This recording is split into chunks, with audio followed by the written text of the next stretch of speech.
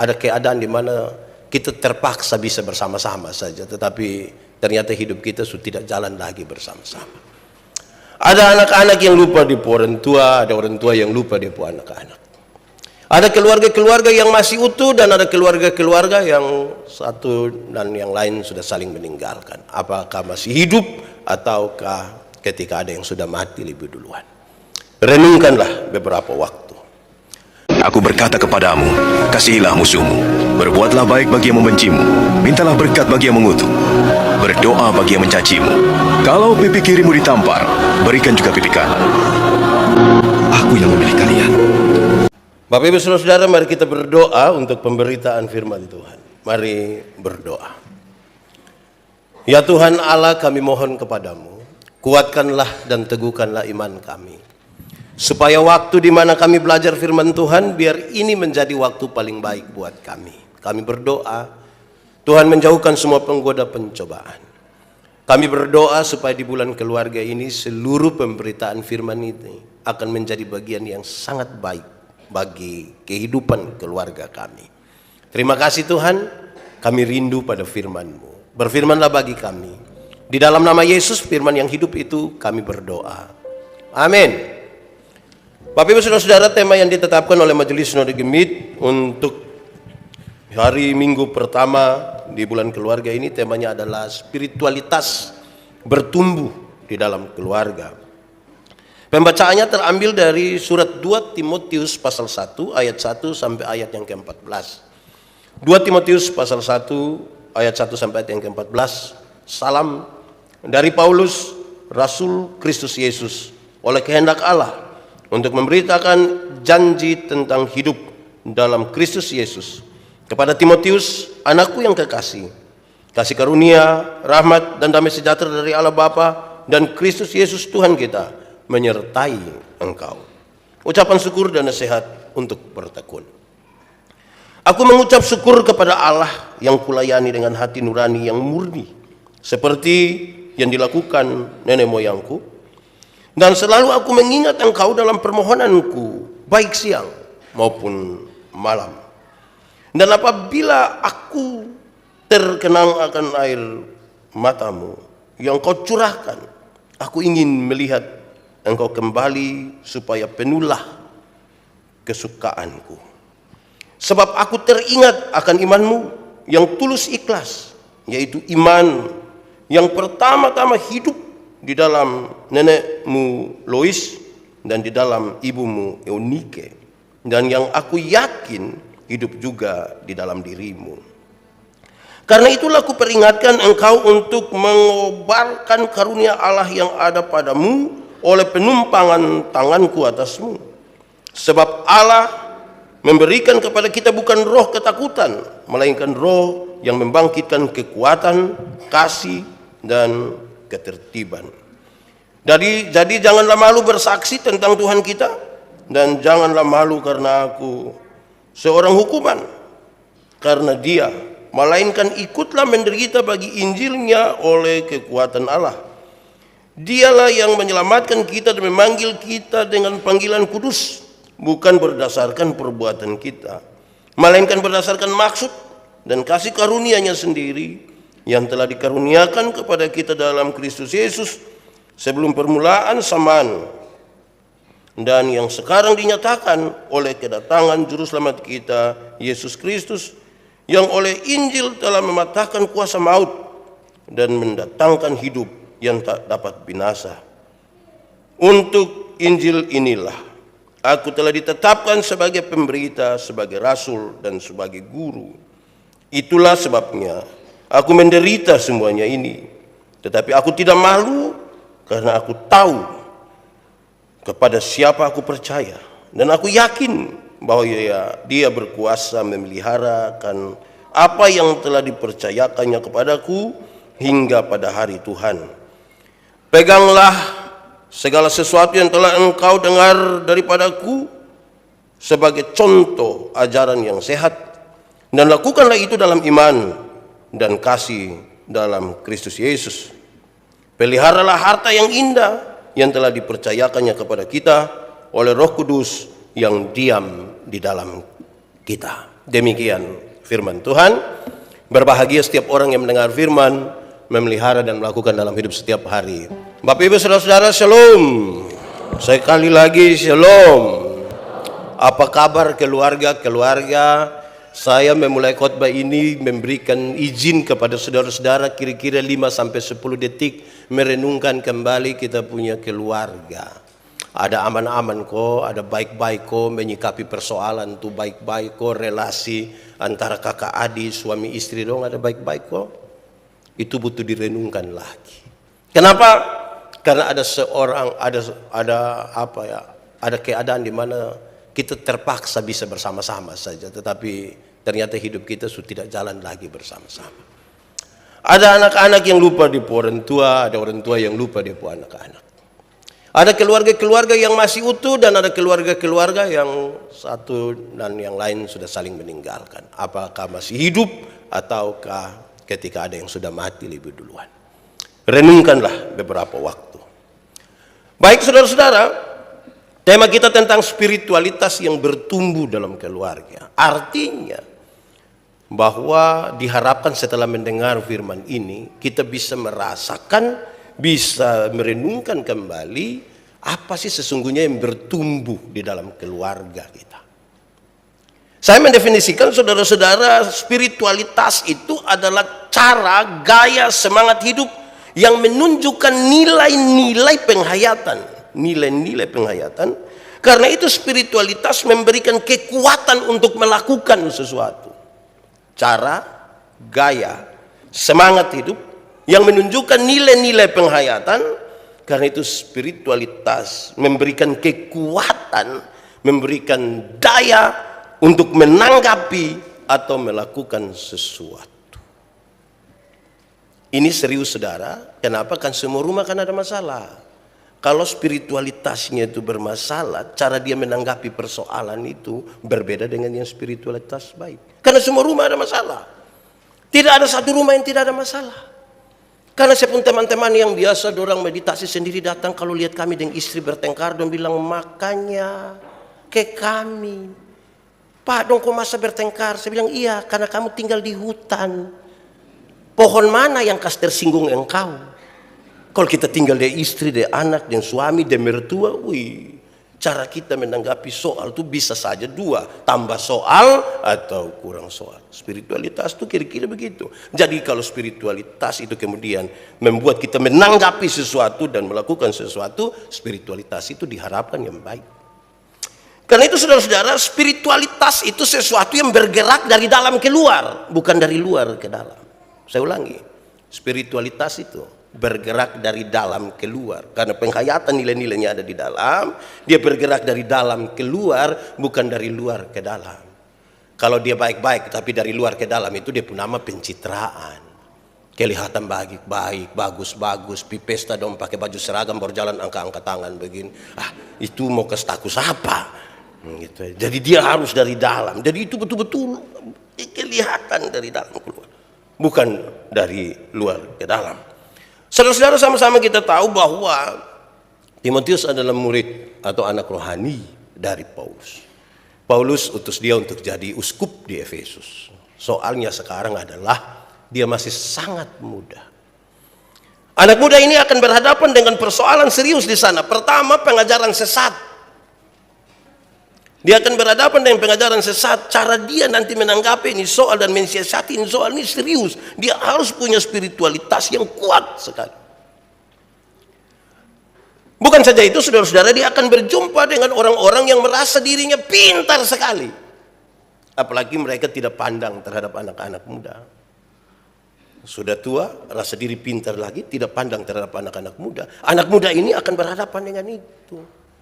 Makanya Timotius menangis waktu suruh pergi. Makanya waktu Paulus menulis surat ini, dia bilang, saya ingat betul engkau punya air mata itu, dan kalau ikut kita pembadan pun mau, saya rindu engkau kembali. Tapi tanggung jawab itu serius di sana. Engkau mesti pergi ke sana. Dalam keadaan itulah, jadi itu bukan keadaan tanpa masalah, itu keadaan penuh masalah.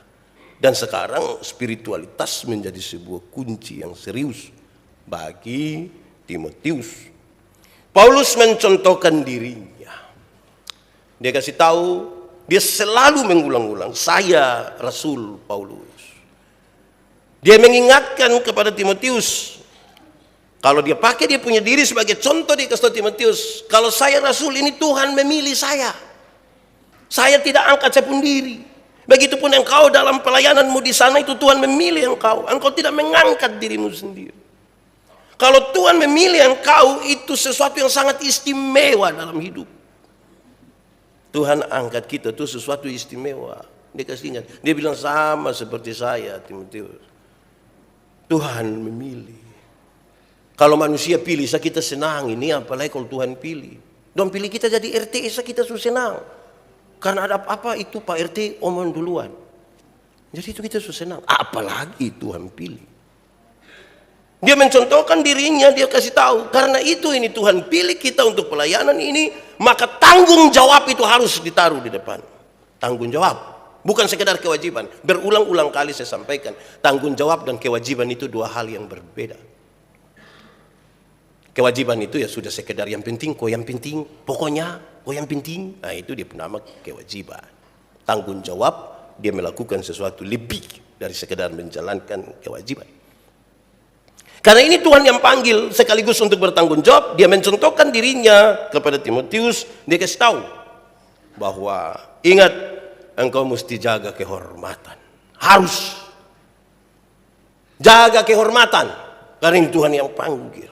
Tuhan yang angkat engkau. Engkau mesti jaga itu kehormatan. Harus. Lalu kalau kita bicara spiritualitas, saya ingin menyampaikan kepada saudara bahwa spiritualitas itu berkaitan dengan dua hal. Spiritualitas yang membawa kita kepada kematian dan spiritualitas yang mengarahkan kita kepada kehidupan. Saya ulangi, spiritualitas yang mengarahkan kita kepada kematian dan spiritualitas yang mengarahkan kita kepada kehidupan. Kalau saya bertanya kepada saudara, saudara mau spiritualitas macam apa yang bertumbuh dalam keluargamu? Pasti saudara akan mengatakan, kami merindukan spiritualitas yang mengarahkan kami kepada kehidupan. Kalau itu menjadi cita-cita kita, kita belajar dari teks ini yang menarik. Kalau mau spiritualitas itu membawa kehidupan, dalam tulisan ini Paulus menyatakan bahwa Paulus percaya kepada Timotius. Saya percaya engkau pasti punya iman. Saya yakin itu. Karena saya percaya itu, saya mengutus engkau pergi ke sana. Dia mau kasih tahu di awal bahwa spiritualitas yang bertumbuh itu adalah sebuah yang bertumbuh di rumah, yang baik, yang mengarahkan kepada kehidupan, adalah spiritualitas yang dimulai dari rasa percaya. Orang tua harus berani percaya anak. Anak juga mesti berani percaya orang tua. Suami mesti berani percaya istri. Istri mesti berani percaya suami. Saya mau tanya kita, boleh jawab, boleh tidak juga tidak apa-apa. Kita saling percaya kok. Ada amin. Bapak-bapak dong bisa kasih mama pegang HP.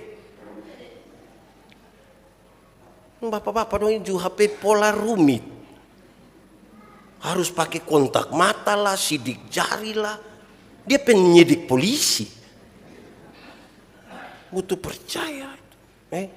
Bayangkan kalau satu rumah itu tanpa percaya. Itu mama setiap kali pulang hanya bilang begini, nah dong dia model begini. Kasih dong sedikit dong bikin sampai dong bapak pun keluarga kok. Hai, kenapa tidak omong di anak dong bawa bapak pun keluarga. Bapak pun keluarga itu tidak tahu apa-apa. Bayangkan kalau kita tidak saling percaya. Kalau lawan dari tidak percaya itu apa? Ya curiga. Hidup dalam kecurigaan, saudara lihat kalau hidup dalam kecurigaan terus, yang kita tumbuhkan itu adalah kecurigaan. Bukankah ini rumah diarahkan pada kematian? Bapak tua pulang biasa jam 12, sekarang kok jam 12 lewat 1. Ini dia di mana sebenarnya? Bayangkan kalau hidup itu hanya kita tumbuhkan kecurigaan. Itu bahaya. Percaya. Ulang itu percaya lihat ulang kok. Kira-kira kita ini masih bisa dipercaya kok tidak Jangan sampai kita bukan lagi bisa dipercaya. Kedua saudara-saudara, karena berkaitan dengan kehormatan, Paulus nasihat Timotius jaga kehormatan keluarga. Karena engkau pun keturunan ini keturunan baik-baik. Engkau pun nenek Lois itu telah berhasil membesarkan mamamu Eunike. Dan engkau juga tumbuh dari tengah-tengah keluarga itu yang baik. Tolong jaga kehormatan keluarga. Orang tua di mana yang mau dia punya anak bikin rusak nama keluarga? Semua orang tua mau supaya anak-anak menjaga keluarga yang baik. Karena itu menjaga kehormatan itu baik bagi sebuah spiritualitas yang mengarahkan kepada kehidupan. Jaga kehormatan. Jangan sampai kita menghancurkan kehormatan. Apalagi dengan hal-hal kecil. Apalagi dengan hal-hal yang sebenarnya bisa diabaikan. Ketiga, saudara-saudara, ingat, engkau harus jaga baik-baik. Ingat baik-baik akan jabatan dan karunia yang Tuhan berikan kepadamu. Kau jabatan apa? Jaga. Bapak, saya begini-begini tidak ada jabatan. Ada minimal jabatan sebagai kepala rumah tangga lah. Jaga baik-baik. Saya berkhotbah di kaum bapak dong, saya kasih tahu. Dunia sekarang ini kan ada dua dunia. Satu dia pun nama dunia nyata, yang satu dia pun nama dunia maya. Di dunia nyata itu orang tua lahir lebih duluan anak-anak. Makanya ada aturan ini, aturan itu, aturan ini, aturan itu, aturan. Di dunia maya, anak-anak lahir lebih duluan orang tua. Akhirnya banyak orang tua ketika dia masuk ke dunia maya, dia bikin sama ke dia anak-anak. Padahal dia sudah tua. Jadi jaga baik-baik kehormatan. Karena dari nenek sebagus, turun lagi mama yang bagus, anak-anak mesti bagus. Karena nanti engkau punya anak-anak juga. Kira-kira begitu. Keempat, dia ingatkan dalam tugas itu, saudara-saudara, dari spiritualitas yang bagus itu yang bertumbuh, maka engkau akan menyatakan sifat-sifat sebagai seorang pengajar Kristen yang baik. Karena engkau punya spiritualitas bagus, Timotius, maka sifat-sifat pengajar Kristen itu mesti kelihatan dalam hidupmu. Satu, engkau mesti punya keberanian. Sebagai pengajar Kristen engkau harus berani. Kalau berani itu mesti mendalami dengan baik, tahu dan baik, Timotius. Kalau tidak tahu baru berani itu cari masalah itu. Berani, pengajar yang baik. Kedua, engkau mesti punya kekuatan. Jangan lemah-lemah, kuat sedikit. Ketiga, dalam itu dua itu engkau mesti punya kasih. Berani tanpa kasih itu kelemahan. Kekuatan tanpa kasih itu kelemahan. Harus engkau memiliki kasih. Keempat, cirinya adalah engkau mesti punya kedisiplinan hidup. Disiplin. Tidak harus diatur oleh peraturan. Tapi setiap orang boleh membangun hidupnya di dalam kedisiplinan. Itu baik. Dan pelajaran itu mestinya tumbuh di rumah. Rumah itu tempat dia bertumbuh. Disiplin. Saya ingat ini sapu bapak itu. Kita diajar harus setiap 4:30 pagi itu ibadah. Sudah ibadah lagi, bab tua tidak larang kita mau masuk rumah jam berapa. Pak Yandi itu biasa masuk rumah jam 2. Lalu saudara bayangkan kalau 4:30 bangun ibadah. Bab tua tidak marah, bab tua punya kerinduan setiap kali mau ibadah itu semua muka harus senyum, penuh senyum karena mau menghadap Tuhan. Nah kalau tidur jam 2 bangun 4:30 itu siapa bisa senyum? Saudara kasih tahu saya. Jadi saya pun muka agak tidak senyum ini. Kalau saya senyum saja muka belum terlalu bagus, apalagi kalau tidak senyum. Jadi bab tua tanya, Yandi engkau pun muka kenapa? Bapak ini saya tidur lat ini bapak. Jam berapa? Jam 2. Nah kok tugas negara apa yang terlalu penting anak? Sampai engkau pulang jam 2. Saudara bisa bayangkan kalau begitu atur diri. Keluar mah tempo-tempo pulang sudah. Supaya jam 5 bangun senyum. Orang tua dulu itu kalau menyanyi kidung jemaat 6 ayat dong bawa semua. Hui, Berdoa ini sebut nenek dong, yang kita juga tidak kenal itu nenek dorang. Hampir-hampir don doa habis itu kita sudah nyenyak. Saya mau bilang saya pun bapak-bapak, jangan sampai salah satu obat tidur itu bapak pun doa. Karena setiap kali doa habis itu kami tetap saja. Begitu Jadi disiplin itu mesti diatur. Nah, saudara-saudara, berkaitan dengan itu, kan itu semua sesungguhnya pelajaran-pelajaran di rumah yang kita harus ingat kembali. Kita mesti ingat kembali. Apa itu ada jalan? Sebab apa? Sebab anak-anak makin besar dan kita orang tua makin menurun. Makin menurun, makin menurun.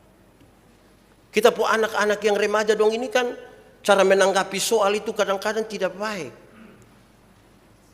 Ketika orang tua tidak setuju dan dia pun mau, dia marah baik-baik, dia banting pintu. Pak! Di Agape ini ada anak remaja tukang banting pintu, ada. Yang duduk di lantai 2 dong, kamu ada banting-banting pintu. Saya kasih tahu kamu yang banting-banting pintu itu kan kamu belum tahu harga pintu berapa.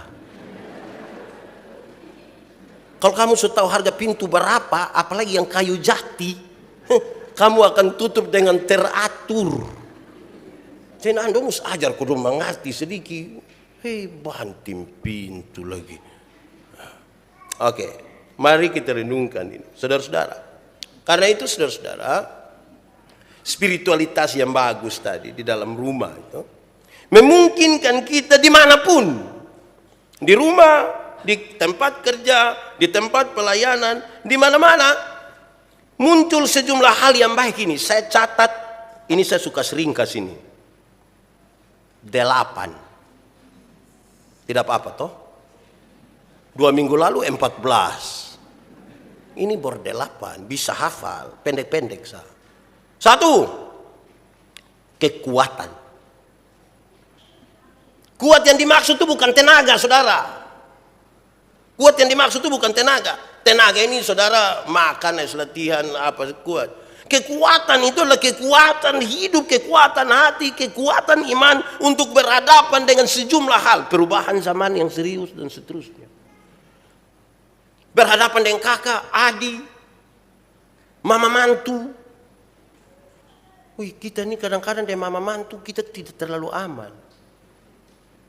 Kalau kita punya kekuatan hati itu, saya pernah bilang di sini saudara, kalau kita punya hati kuat, mama mantu mau datang di kita tuh kita senang sah. Saya bilang kita kerja-kerja rumah, kas bersih, tetangga dong tanya, sibuk-sibuk apa? Mama mantu mau datang. Sulama song ketemu ini biar atur babai kasihan kok mama sosot kali baru datang ketemu. Itu kalau hati kuat. Kalau hati tidak kuat dia kerja, kok kenapa kok begini? Nenek mau datang. Singa. Kok datang berapa lama? Ini 4 hari mah. Tinggal mam tua tuh 4 hari macam kayak 4 bulan. Mam tuh, hati kalau tidak kuat memang berat. Kutu kuat-kuat gitu buat Orang tua dong juga ajar anak dong kok kuat-kuat. Jangan kau bergerak sedikit lemah, bergerak sedikit takut. Berani sedikit, kuat sedikit. Kan dong berhadapan dengan zaman yang keras ini, godaan juga keras. Semua keras-keras habis ini, mesti kuat. Anak-anak ini, saudara, saya bilang saudara, kas makan anak yang umur-umur begini, dong ini kan susah dong, balari. Kadang-kadang dong pumam, ini anak dong, tidak bisa mengerti orang tua sedikit. Anak umur 1,5 tahun suruh mengerti dia pumama yang 38. Tuh. Anak su tidak mau makan, tidak babi adik makan, adik makan biar adik sehat. Ini bukan kasih tahu begitu. Makan itu om datang, wow. Itu om juga datang, wow. Ini anak besar dalam ketakutan. Setiap kali lihat itu om dia, kuat. Malam-malam anak-anak tidak mau tidur, kasih tahu dia bapak adik bobo, ayo adik bobo, bobo, biar besok pagi bangun tempo, ayo. Bobo, papa dan mama sudah capek kerja ini. Ayo, bobo sudah. Adik belum bobo, papa mama bobo duluan, Ayo. Kasih tahu bapak begitu. Ini anak tidak tidur, dia pun bapak mama sepakat kas mati lampu. Terus bapak keluar dari pintu belakang, pi jendela kamar. Bapak sengaja garu jendela. Dia mama sengaja kaget di dalam. Hah? Om Ade Subowo. Ini keluarga tipu-tipu. Spiritualitas tipu yang kita lagi bangun di ini anak dong ini. Besok-besok kita sutua anak dong subesa dong kasih taku kembali kita. Kok yang kita bangun itu nah. Di sini ada bapak yang biasa kasih taku anak orang. Lebih doa minta ampun sudah. Kan besok-besok anak dong kasih taku kembali kita. Kekuatan. Kita tidak selamanya akan bersama-sama dengan orang. Saudara, paling tidak banyak orang tua itu dia mau yang baik bagi dia puan anak. Tapi dia sendiri tidak punya garansi untuk mengatakan dia bisa berapa lama bersama-sama dengan anak-anak. Karena bisa saja anak masih kecil dia papa sudah meninggal, dia mama sudah meninggal. Kita tidak punya garansi berapa lama bisa dengan orang. Karena itu memang nilai-nilai ini perlu dibangun. Kedua, saudara-saudara, spiritualitas yang tadi belajar baik di rumah itu akan membangun sebuah pemahaman dan kehidupan dalam keselamatan. Kehidupan dalam keselamatan. Orang kalau kehidupan dalam keselamatan itu dia hidup aman, dia selamat. Ada suatu anak senyum-senyum terus, orang tanya kenapa senyum terus? Bagaimana saya tidak senyum kalau saya mati masuk surga? Memang ada masalah juga dalam hidup, tapi dia tahu ada kekuatan yang baik. Kenapa kan dia diselamatkan? Dalam kasih yang besar itu. Bayangkan kalau kita hidup tanpa keyakinan akan keselamatan. Jadi apa? Kita tanya, mama kira-kira mati masuk surga kau tidak? Mau tapi pagi jauh om begitu teh. Anak-anak masih kecil ini. Belum lagi pembapa model begitulah. Hai. Ini keselamatan. Ketiga, saudara-saudara, pengudusan. Spiritualitas yang mengarahkan kehidupan, yang tumbuh di rumah, mengantarkan kita kepada kehidupan yang kudus. Setiap kali bicara pengudusan itu bicara tentang kesatuan dengan Tuhan. Tuhan yang kita sembah itu Tuhan yang kudus. Yang bersatu dengan Tuhan itu menjaga kekudusan. Karena yang kudus tidak dapat bersatu dengan yang tidak kudus. Itu menjadi penting. Ada masalah, ada pergumulan semuanya, tapi pengudusan. Pengudusan itu saudara, kekudusan hidup. Tidak saja kelihatan di luar, tapi karena dia itu di dalam. Saudara tidak akan pernah dengar pendeta Yan itu pencuri apa, saudara tidak akan pernah dengar itu. Tapi saudara tidak tahu apa yang ada dalam pikiran dan perasaan saya ketika saya menginginkan orang lain pembarang atau apapun. Saudara tidak akan tahu. Itu saya yang tahu dan Tuhan yang tahu. Kita bisa menahan diri untuk sesuatu yang tidak dilihat oleh banyak orang, tapi Tuhan melihat sesuatu di situ. Apalagi saudara, dosa itu tidak terjadi serta-merta. Dosa dibuahi di pikiran, dibuahi di perasaan, terus menerus. Dia butuh sedikit pemicu untuk membangkitkan. Malam-malam kok kita belum bisa tidur, kok lihat-lihat loteng, lihat-lihat begini, baru senam. Saya ada ide. Terus dia bikin status, sudah jam 12 lebih 45 menit, tapi mata belum bisa tertutup. Itu masalah itu. Jaga baik-baik. Keempat, anugerah. Satu kata yang baik bagi orang-orang yang membangun hidupnya di dalam Tuhan. Anugerah. Pemberian cuma-cuma. Pemberian cuma-cuma. Baik ketika kamu dipanggil, baik ketika kamu menikmati hidupmu, kamu diberikan sesuatu yang cuma-cuma oleh Tuhan. Anugerah itu dibangun di atas kasih Allah yang besar. Karena itu mestinya itu hidup di dalam kehidupan orang-orang yang mengaku percaya kepada Tuhan. Saudara, orang yang tinggal di dalam anugerah, saya selalu mengatakan, tinggallah selama mungkin di dalam anugerah, supaya kita bisa melakukan banyak sekali kebaikan sebagai bentuk ungkapan terima kasih atas karunia-karunia yang Tuhan berikan bagi kita, anugerah yang kita dapat dari Tuhan. Hiduplah selama mungkin di dalam anugerah itu. Kalau tidak kita hanya mengeluh, sudah mengeluh lagi membanding dengan orang lain. Kan kita merasa kita tidak diberkati, orang lain diberkati, kita tidak diberkati. Kadang-kadang kita cek orang lain punya masalah, kita lupa bahwa kita punya masalah. Kan kita tinggal di luar anugerah. 5. Spiritualitas yang mengarahkan kepada kehidupan itu, saudara, kan dia bicara tentang Injil. Maka kita diarahkan untuk makin mengenal maksud-maksud Allah. Mengenal maksud-maksud Allah ini sebuah proses yang terus menerus, dan proses itu seringkali tidak seperti apa yang kita bayangkan. Yusuf, dia dilahirkan sebagai bagian dari keluarga Yakub. Dia seorang pemimpi yang bahkan tidak disukai oleh saudara-saudaranya. Bukan sekadar tidak disukai oleh saudara-saudaranya, tetapi saudara-saudaranya berikhtiar untuk membunuh dia. Ada rasa tidak enak juga, akhirnya mereka tidak jadi bunuh, orang jual saja. Terus ini orang jual lagi Yusuf, sampai terakhir dia ada di rumah Potifar. Jadi korban fitnah di sana. Dia masuk penjara, berjumpa dengan juru minum juru roti. Dia memberi arti dari mimpi mereka. Juru minum juru roti keluar, raja bermimpi. Dan kemudian juru minum juru roti kasih tahu. Ada satu orang yang bisa terjemahkan. Yusuf kemudian jadi penguasa setelah Firaun.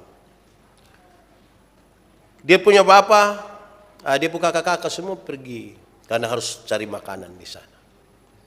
Ketika orang tahu bahwa ini Yusuf, dong semua kepingin untuk minta ampun segala macam. Waktu mau membungkuk, Yusuf yang jangan. Bukan kamu yang menyuruh aku, tapi Tuhan yang menempatkan aku di sini untuk menolong bangsa-bangsa, termasuk kamu sekalian.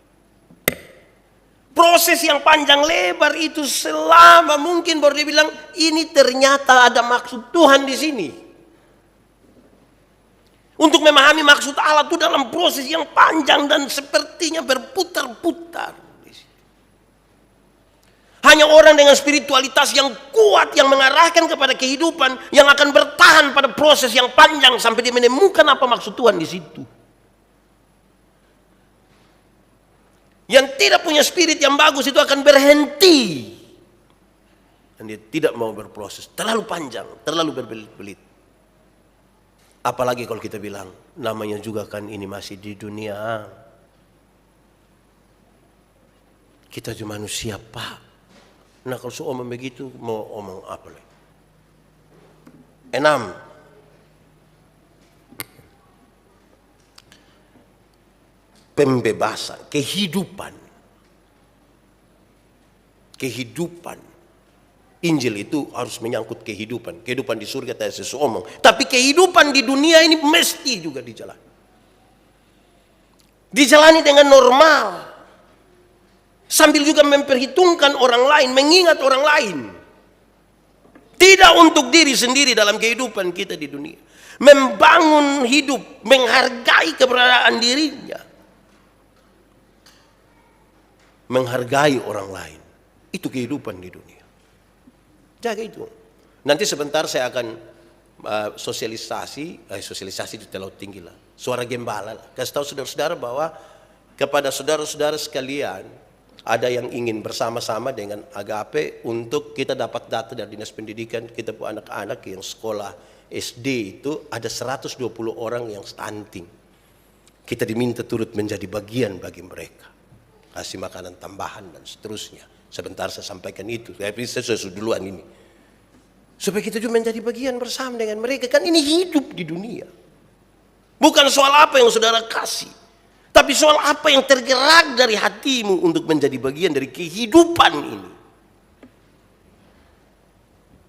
Di dalam kehidupan ini ada banyak hal kita mesti urus. Kadang-kadang kita mesti urus orang lain juga. Urus diri, urus orang lain, urus keluarga. Hei, COVID mulai menurun, ini tiap hari kita kumpul keluarga. Nikah sana, nikah sini, ini mati sini, situ, hancur. Tapi ya itu hidup sudah. Mau apa lagi? Mau tidak kumpul? Pindah. Di mana kok begitu? Ya hidup keluarga itu. Itu 6. 7. Spiritualitas yang bertumbuh baik di rumah tadi itu mengajak dan mengantar kita pada sebuah pelayanan. Melayani apa ini? Kita melayani Tuhan. Kita tidak sementara melayani pekerjaan Tuhan. Kita melayani Tuhan. Kalau saudara hanya sekedar melayani pekerjaan, jadwal-jadwal mungkin padat sekali. Itu pekerjaan. Tapi kalau kita melayani Tuhan, beda dengan sekedar melayani pekerjaan. Tanggung jawab kita ini banyak toh. Pelayanan di bidang rohani ada, di bidang yang jasmani ada. Semua kita diminta untuk menjadi bagian dari situ. Saudara lihat kalau pekerjaan yang begini banyak ini tanpa spiritualitas. Di rumah juga tidak aman, di semua tidak aman.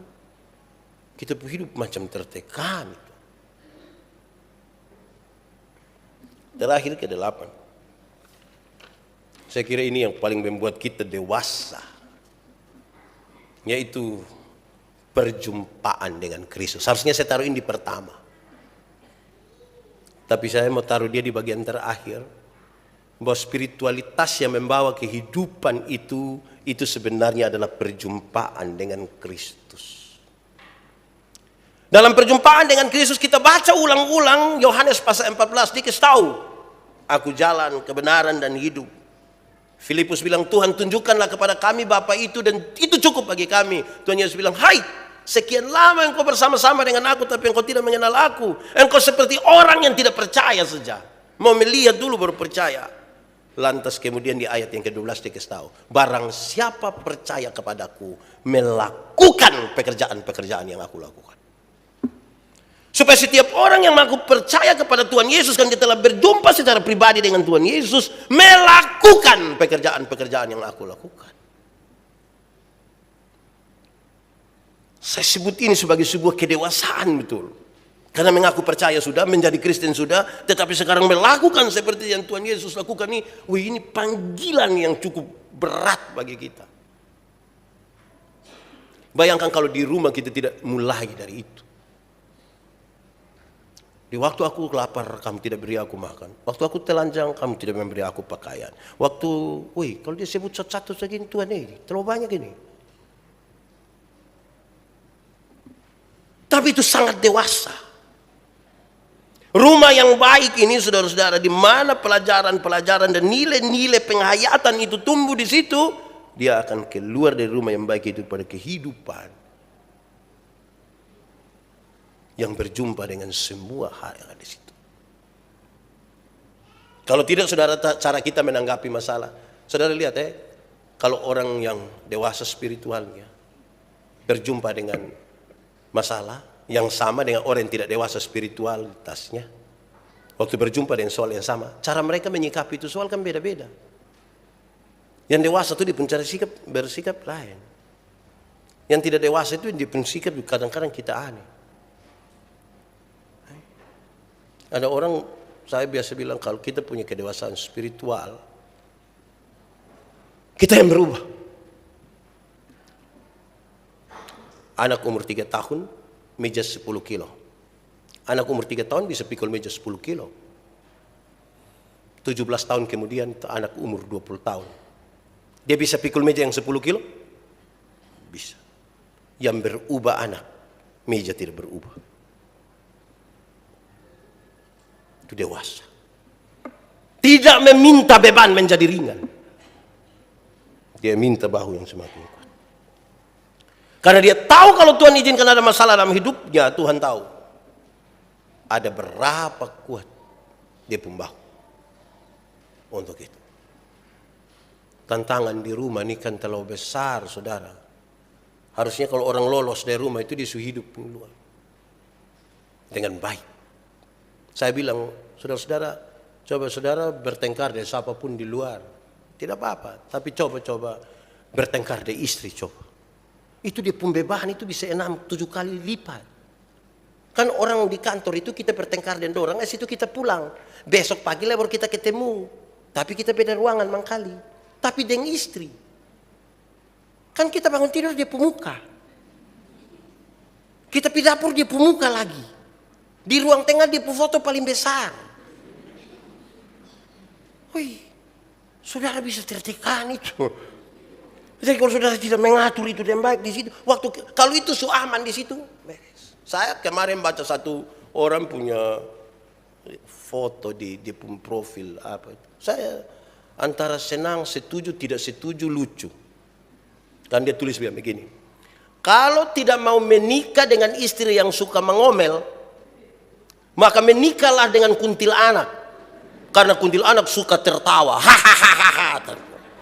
Oh, saya juga rasa betul Tapi ini bukan angin segar untuk ibu-ibu. Pulang mau mengomel, sudah dengar toh bapak mau dengan kuntilanak. Saya tidak mau begitu. Itu tafsir kasta salah itu. Tapi mari supaya kita membangun ini kehidupan. Tidak pernah kebetulan, saudara. Tidak pernah kebetulan. Kita punya suami ini, istri itu. Saudara kan pernah mengambil keputusan untuk menikah dengan dia toh? Atau siapa di sini Pak Pendeta, benar-benar saya tidak tahu Pak Pendeta. Saya tidur-tidur begini, saya sadar, dia di sebelah. Kan tidak begitu. Saudara pernah ambil keputusan. Bahkan keputusan itu begitu pentingnya sampai lebih lama kita hidup itu. Dengan orang, bukan dengan keluarga. Dengan orang tua maksudnya. Akan tiba waktunya seorang laki-laki meninggalkan ayah ibunya dan bersatu dengan istri. Nikah umur 30 tahun, kita usia 30 tahun nikah. Tinggal dengan ibu, istri itu 40-50 tahun. Bayangkan. Baru bukan tambah hari tambah bagus. Tambah hari dia menyusut. Dia ke mana kok? Wih, saudara bos ini kuat ini. Dia bangun di rumah.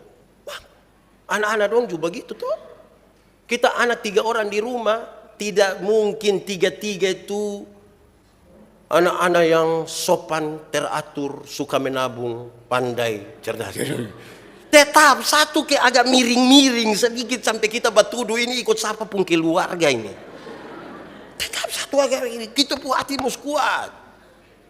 Ada orang tua datang di saya, Pak Pendeta, ini anak dan tidak tahu kita mau pakai cara apa Pak Pendeta. Pukul sudah, marah sudah, ikat sudah, bakalai sudah, tapi model begini terus. Tahu dong ikut siapa?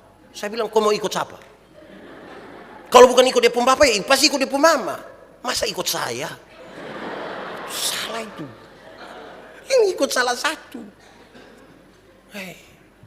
Anak dong ini kita, ketemu dong ini juga berat. Apalagi anak dong sekarang dong juga, ke apa kok? Tapi namanya kita pun anak sudah toh. Yang kita bangga lihat dong juga. Dong style bagus-bagus begini datang di gereja, lihat dia pun jalan begini, kita orang tua bakorek bilang, itu ke lu dulu Kita juga bangga lihat orang itu. Tapi kita susah. Anak-anak dong laki-laki 1 orang saya di rumah. Jadi kita bilang jangan kerja. Lu tidur bang. Aduh papa dan mama pembuah hati ini. Jangan kerja. Dia mau dan satu nona dia pitofa di itu nona pu rumah. Dia pu mama lewat. Aduh kakak kenapa? Itu nona pu mama bilang namanya sendiri mau dia orang pu anak. Kita mau ya itu kita pu hidup begitu Jadi kalau spiritualitas itu tidak bertumbuh dengan baik dalam rumah, saudara, kita menjalani hidup macam apa? Saya tidak ingin mengatakan bahwa spiritualitas itu terjadi satu kali. Dia proses tanpa selesai, terus menerus dari satu hari ke satu hari, dari satu hari ke satu hari. Timotius belajar baik, saudara. Masih sangat muda baca habis Alkitab. Masih sangat muda baca Alkitab. Kita siapa yang sudah baca habis Alkitab? Yang sudah baca habis belum tentu mengerti. Apalah yang belum baca. Bagaimana mau baca? Alkitab tidak ada. Mau baca apa? Dia belajar dari siapa? Dari dia pun nenek, dari dia pun mama. Dia pun mama tanpa tantangan. Ada tantangan. Karena dia pun mama orang Yahudi, dia pun bapak orang Yunani. Perbedaan budaya mereka itu cukup serius untuk membangun satu manusia yang bernama Timotius. Dia setia melayani. Bahkan dia dekat dengan Paulus. Waktu Paulus di penjara sekalipun dia ada. Bukan saja waktu Paulus jalan-jalan, kok keliling-keliling dia ikut, senang-senang. Waktu disusah pun dia ada di situ. Alkitab bilang, dia sakit lambung, tapi melayani. Oh, dia punya alasan untuk tidak melayani.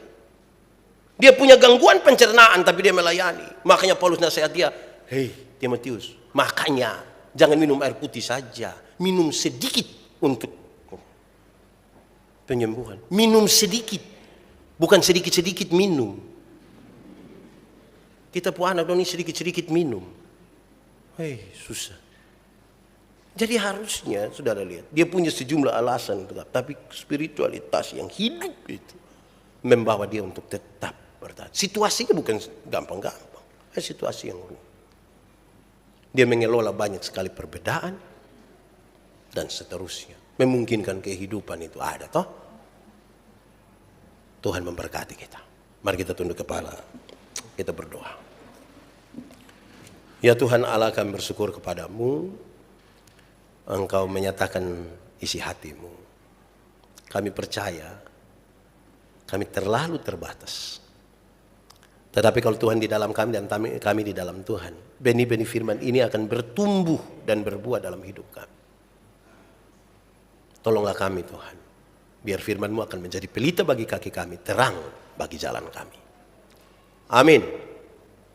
Aku berkata kepadamu, kasihilah musuhmu, berbuatlah baik bagi yang membencimu, mintalah berkat bagi yang mengutuk, berdoa bagi yang mencacimu. Kalau pipi kirimu ditampar, berikan juga pipi kanan. Aku yang memilih kalian.